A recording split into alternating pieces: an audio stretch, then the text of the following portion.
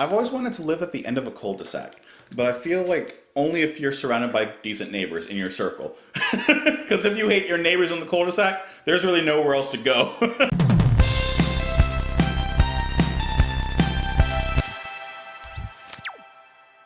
What's going on, everyone? Welcome back to the channel. My name is Justin, and today we're listening to Genesis with their song, Cul-de-sac. This is off their album Duke, released in 1980. I've been trying to spread out the Genesis listens just a little bit longer, just a little bit more. I know that not everyone likes Genesis the same way that I do, and I always try to keep a little bit of variety going on throughout the channel. But then I know some of you guys have been saying, like, try to keep the songs closer together. So initially I did, but I didn't want to overbear you guys with too much Genesis, even though I could probably just swing through all these really quick. No one's going to like every single band that I feature on the channel, but you know, I can try to make most people happy. You can join me on Twitter in the comments below. Hope you're having a wonderful, wonderful day. The capital W for win. And let's jump into it. This is Cul-de-sac by Genesis. Wake up now, this is the time you've waited for.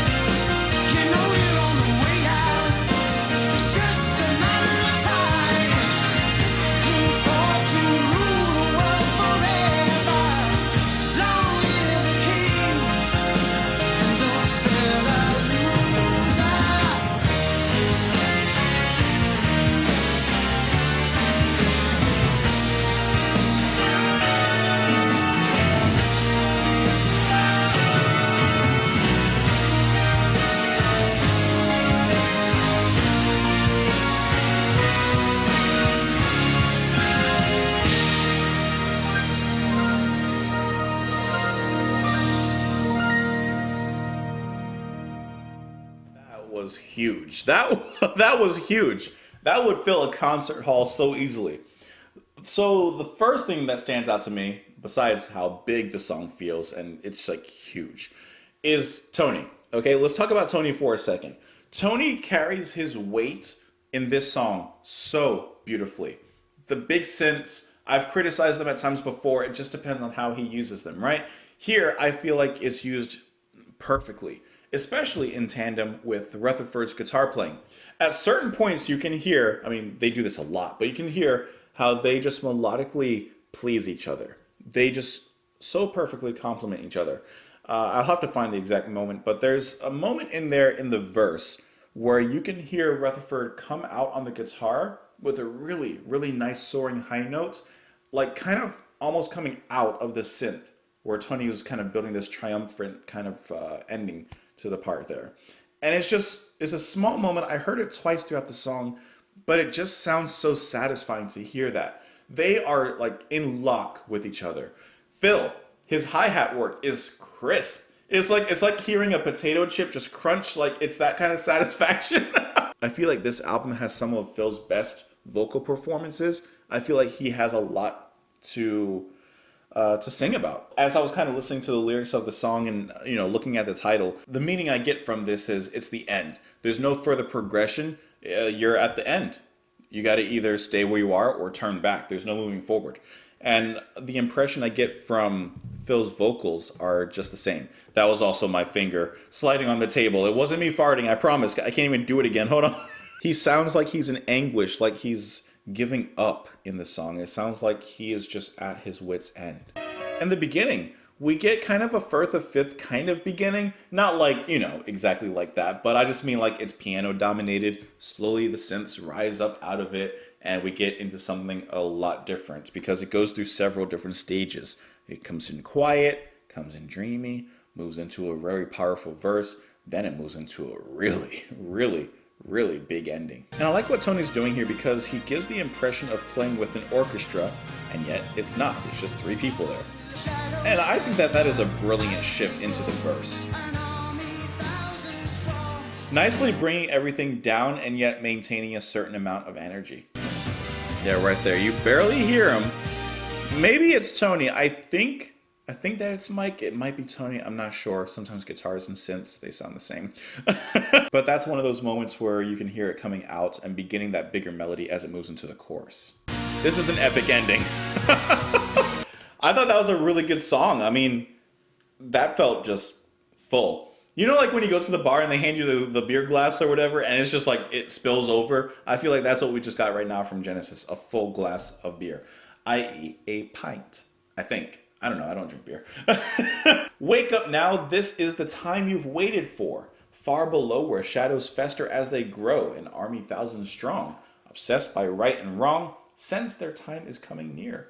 So they turn towards the light from their region of the night, marching on and on, they near the air, it won't be long. So we're getting movement. We're getting these people who are moving. I'm imagining they're moving, but into a cul-de-sac. We'll see. You're on the way out. It's just a matter of time. You thought you'd rule the world forever. Long live the king. Don't spare the loser. So eventually someone younger, more beautiful, cooler is going to rise up and overtake you.